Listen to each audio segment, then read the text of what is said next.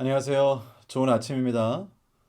이 시간에도 우리 성령 하나님께서 저를 마음속에 함께 하시고 또 특별히 이제 일주일을 시작하는 이첫 시간에 저의 마음을 영적으로 잘 단돌이 하고 우리 주님께서 허락하시는 성령의 은혜로 출발해서 이번 일주일도 우리 하나님께서 허락하시는 귀한 축복으로 영적인 은혜로 채워지는 귀한 한 주가 되기를 바랍니다.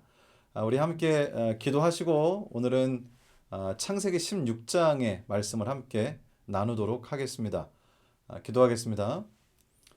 아버지 하나님, 저희들에게 은혜를 베풀어 주셔서 생명을 주시고 그 생명으로 또 오늘 하루를 이번 일주일을 우리의 삶을 살아갈 수 있도록 인도하시니 감사합니다.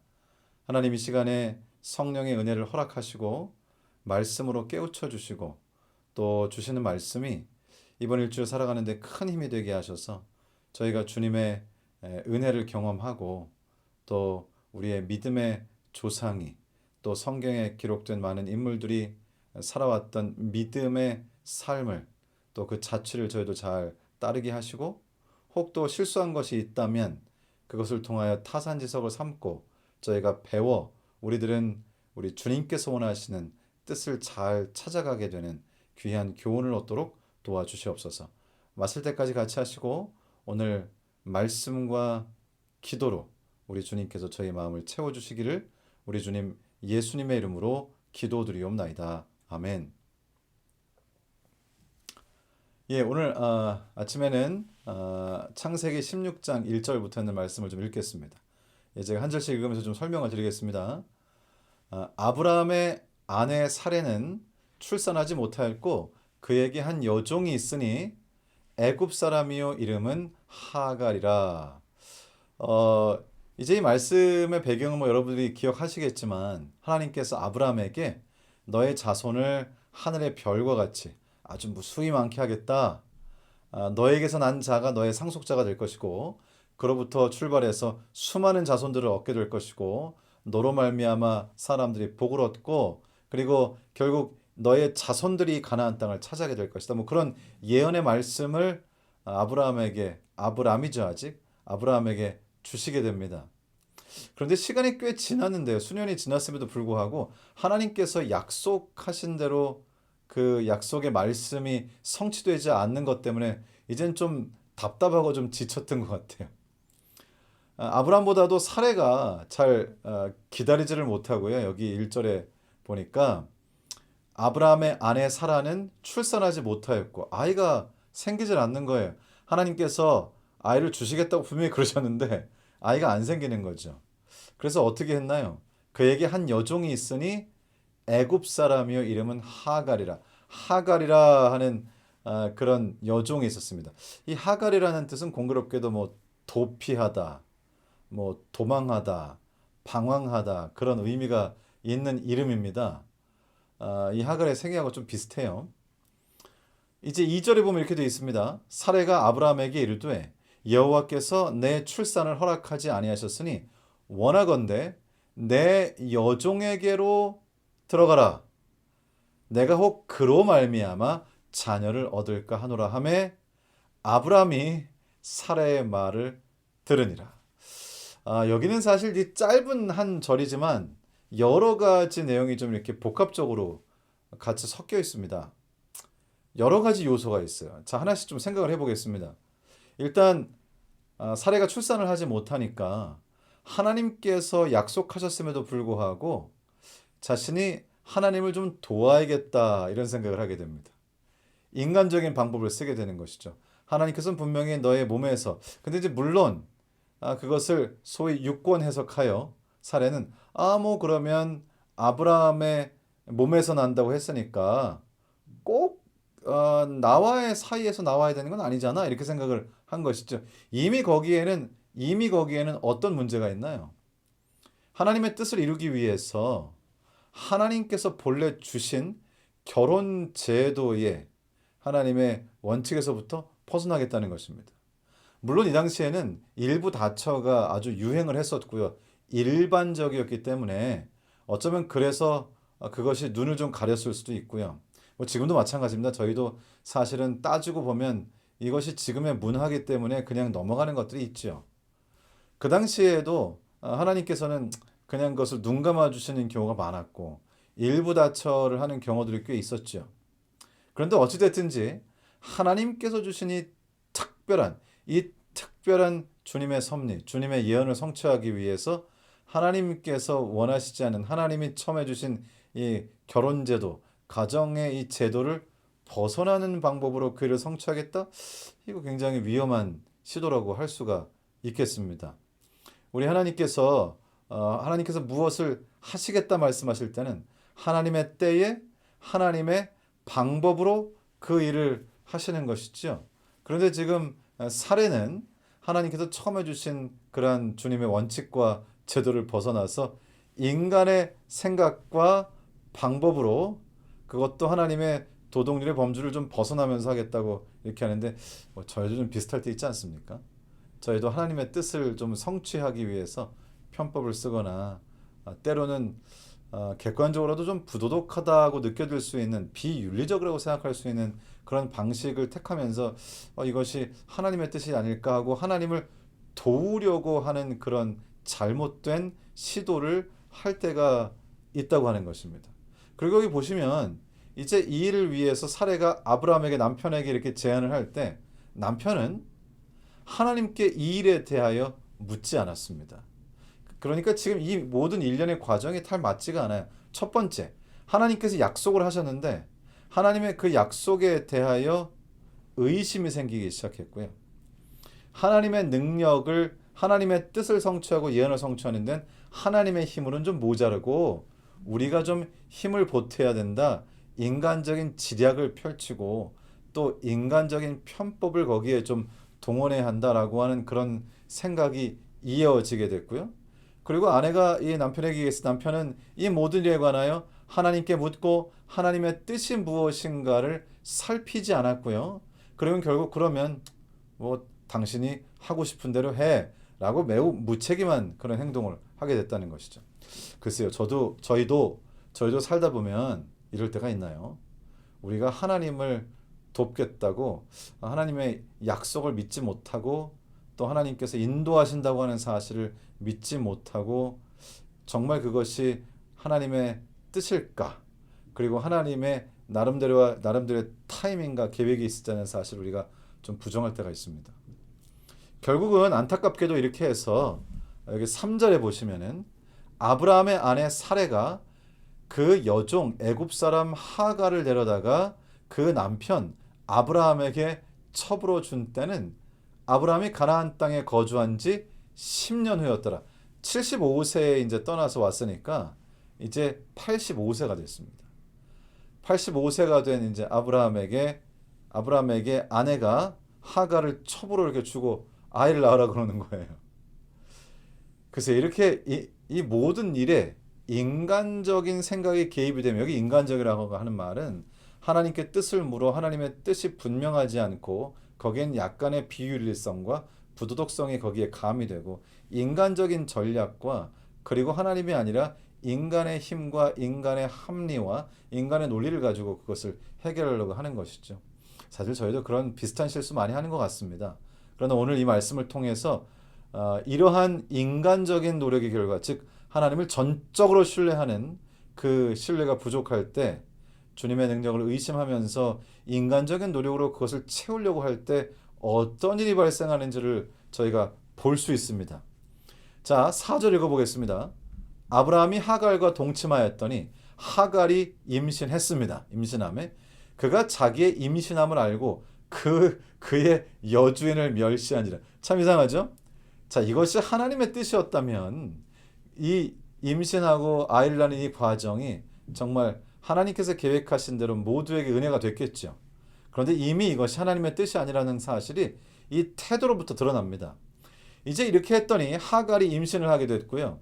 이 하갈은 아주 의기양양해집니다. 왜요? 지금 이 아이는 보통 아이가 아닙니다. 이 아이가 하나님께서 생각하시고 하나님께서 계획하신 아이라면 보통 아이가 아니죠. 왜냐하면 하나님께서 약속하신 아이, 자녀이고요. 이 자녀를 통하여 엄청난 자손이 생겨날 것이고요. 그리고 결국 이 자손을 통하여 메시아가 올 것이니까요. 아직 그런 언급은 없지만은 실제적으로는 메시아가 태어날 그런 혈통이 되는 것이잖아요. 정말 이 하갈은 자기가 그런 아이를 가졌다고 하는 것에 대해서 아주 자부심을 느낄만 했습니다. 그러니까 이제 약속을 받았음에도 불구하고 그를 성취해내지 못한 사례를 아주 멸시하면서 잘난 척을 하면서 이렇게 배를 내밀고 이렇게 다녔겠죠. 역시 벌써 그 출발부터 사람의 생각이 개입되고 하나님을 절대적으로 신뢰하는 일이 부족하게 되자 여기서부터 벌써 일종의 비극이 시작되는 것입니다. 5절이죠. 사례가 아브라함에게 이르되 내가 받는 모욕은 당신이 받아야 옳도다. 그래서 이 말은 제가 좀 동의하기가 어려운 것 같아요. 왜냐하면 이 하갈을 아브라함에게 첩으로 준 사람이 사례 자기 자신이잖아요. 자신이 한 행동의 결과로 이렇게 모욕을 당하는데 결국은 자기 남편에게 막 컴플레인을 하고 남편을 공격하는 것이죠. 물론 아브라함도 잘한 것은 없습니다. 아브라함이 그때 하나님께 묻지 않고 그저 아내의 이야기를 듣고 뭐 마음대로 하세요 이렇게 한 거잖아요. 참으로 안타깝고 정말 영적 심지가 부족한 그런 모습을 아브라함이 보였습니다. 내가 받는 모욕은 당신이 받아야 옳도다. 내가 나의 여종을 당신의 품에 두었거늘 그가 자기의 임신함을 알고 나를 멸시하니 당신과 나 사이에 여호와께서 판단하시기를 원하노라. 이 장면이 제일 재밌는 장면이었어요. 저에게는. 아니 본인 마음대로 결정하고 그 결과가 이렇게 부정적으로 나타나니까 판단을 누구 보고 하시라고요? 여호와 하나님께서 판단하시라고요. 마치 이 모든 문제 일에 있어서 여호와께 책임이 있는 것 같은 그런 발언을 한 것입니다. 그런데 사실 이 모습이 저의 모습이고 이 모습이 우리의 모습이 아닌가 싶어요. 하나님을 전적으로 100% 신뢰하지 못하고 부분적으로 신뢰하고 그리고 나의 인간적인 노력을 가미하고 결과로 맞이하게 된 부정적인 상황들에 대해서 하나님 왜 나에게 이러십니까? 라고 하는 이야기를 할 때가 있다는 말이죠. 여기 이제 이렇게 되니까 6절에 아브라함이 사레에게 이르되 당신의 여종은 당신의 수중에 있으니 이제 아브라함이 자기 아내한테 얘기하는 거죠. 그 여종 당신 여종이잖아. 그러니까 당신 좋은 대로 하세요. 이렇게 얘기한 거죠 또. 아브라함은 계속 같은 태도를 보여요. 그냥 당신 원하는 대로 하세요.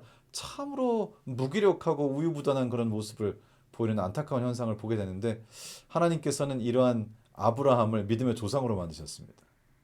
그리고 그의 이 한 번의 믿음을 하나님께서 하신 말씀을 믿었던 그 믿음을 의라 이렇게 하셨단 말이에요. 이 아브라함의 삶을 보면 저희가 좀 희망을 얻죠. 저희가 때로는 우유부단하기도 하고 때로는 무기력하기도 하지만 하나님을 향한 우리의 그 단순한 믿음이 우리를 의롭게 하는 근거가 된다는 것이죠. 이거 정말 뭐 은혜라고밖에는 말할 뭐 다른 방법이 없습니다. 자, 일단 계속 읽어보겠습니다. 6절 다시 읽겠습니다. 아브라함이 사라에게 이르되 당신의 여종은 당신의 수중에 있으니 당신의 눈에 좋을 대로 그에게 행하라 하매 사레가 하갈을 학대하였더니 하갈이 사레 앞에서 도망하였더라. 이 학대라는 말은 이거 상당히 좀 센 말이죠. 그러니까 지금 보세요. 하나님께서 그렇게 하라고 하신 것도 아니고 하나님께서 주시겠다 그랬는데 그걸 기다리지를 못하고 뭐 한 10년쯤 지나니까 힘들긴 했을 거예요. 그것을 기다리지를 못하고 결국 인간적인 수를 동원해서 이러한 결과를 낸 다음에 결국은 그래서 멸시를 당하고 그리고는 학대를 하고 이 지금 주님께서 계시는 이 믿음의 조상의 가정에서 있을 수 없는 일이죠. 그런데 이런 일들이 어디서부터 출발했다고요?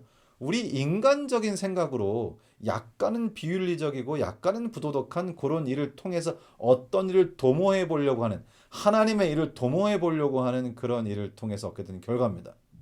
제가요. 이런 깨달음을 아주 많이 합니다. 저도 이제 교회를 하다 보면 때로는 어떤 경우에 막 머리를 막 쓰려고 해요.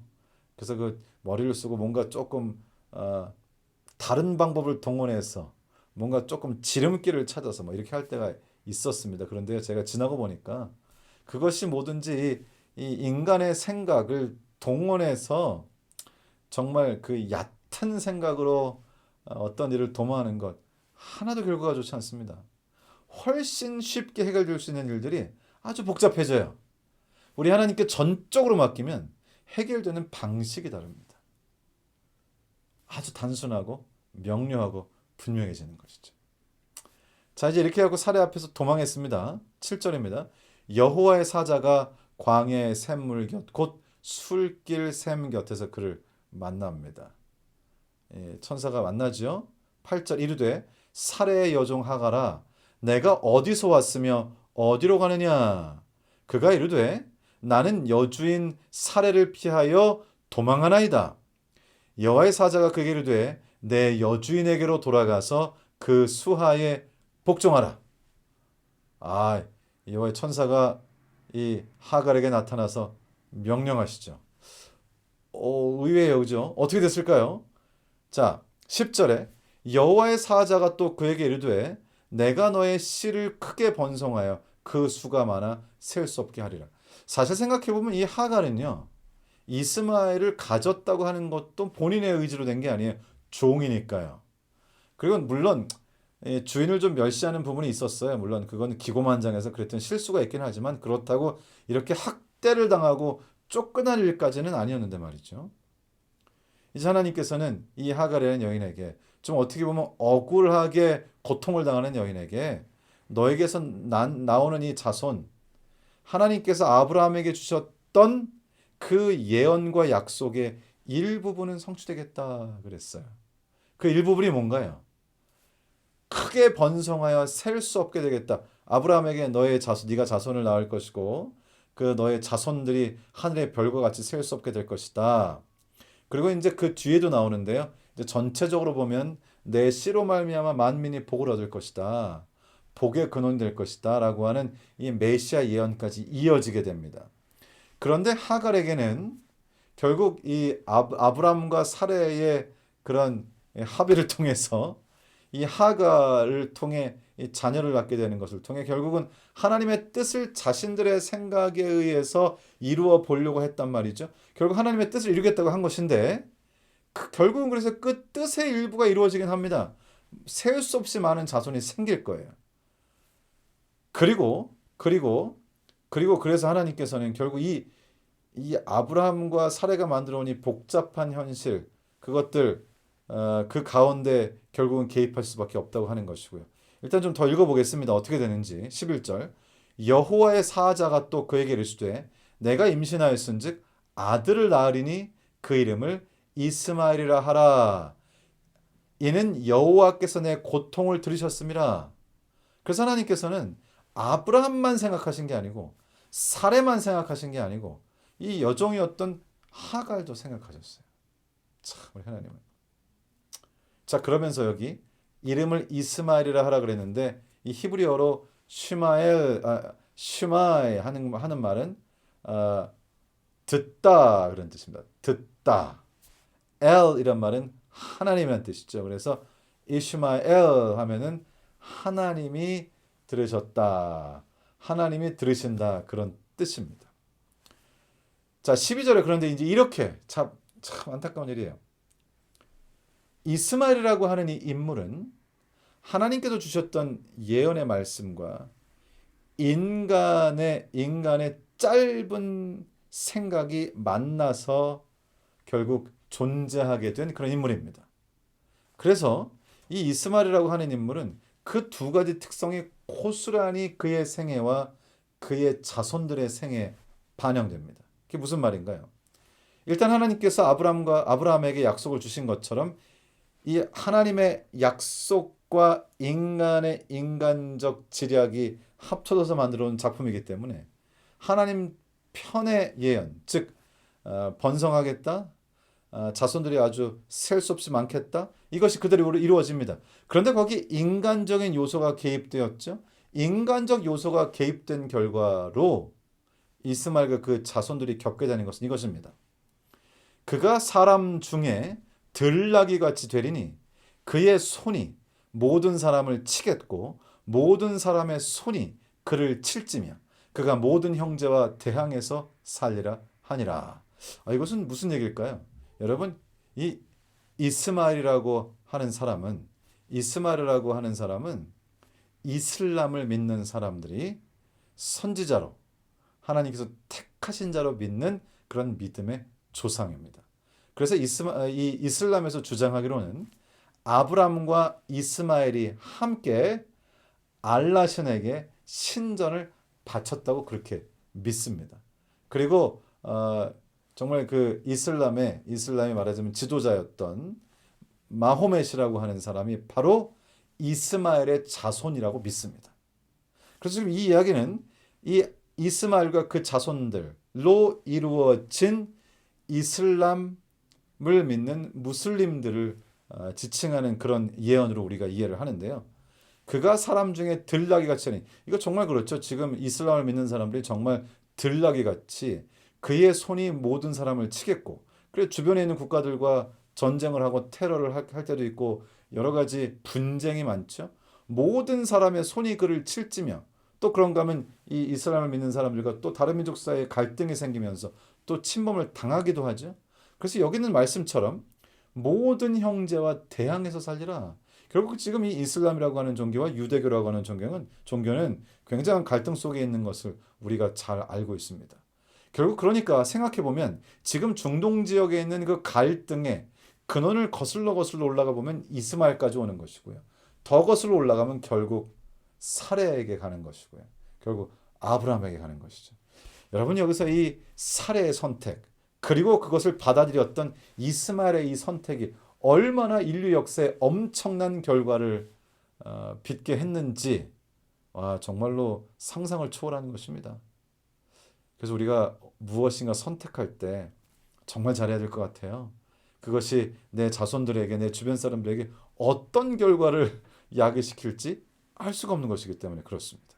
여기 13절에 보니까 하갈이 자기에게 이르신 여호와의 이름을 나를 살피시는 하나님이라 하였으니 이는 내가 어떻게 여기서 나를 살피시는 하나님을 배웠는고 함이라.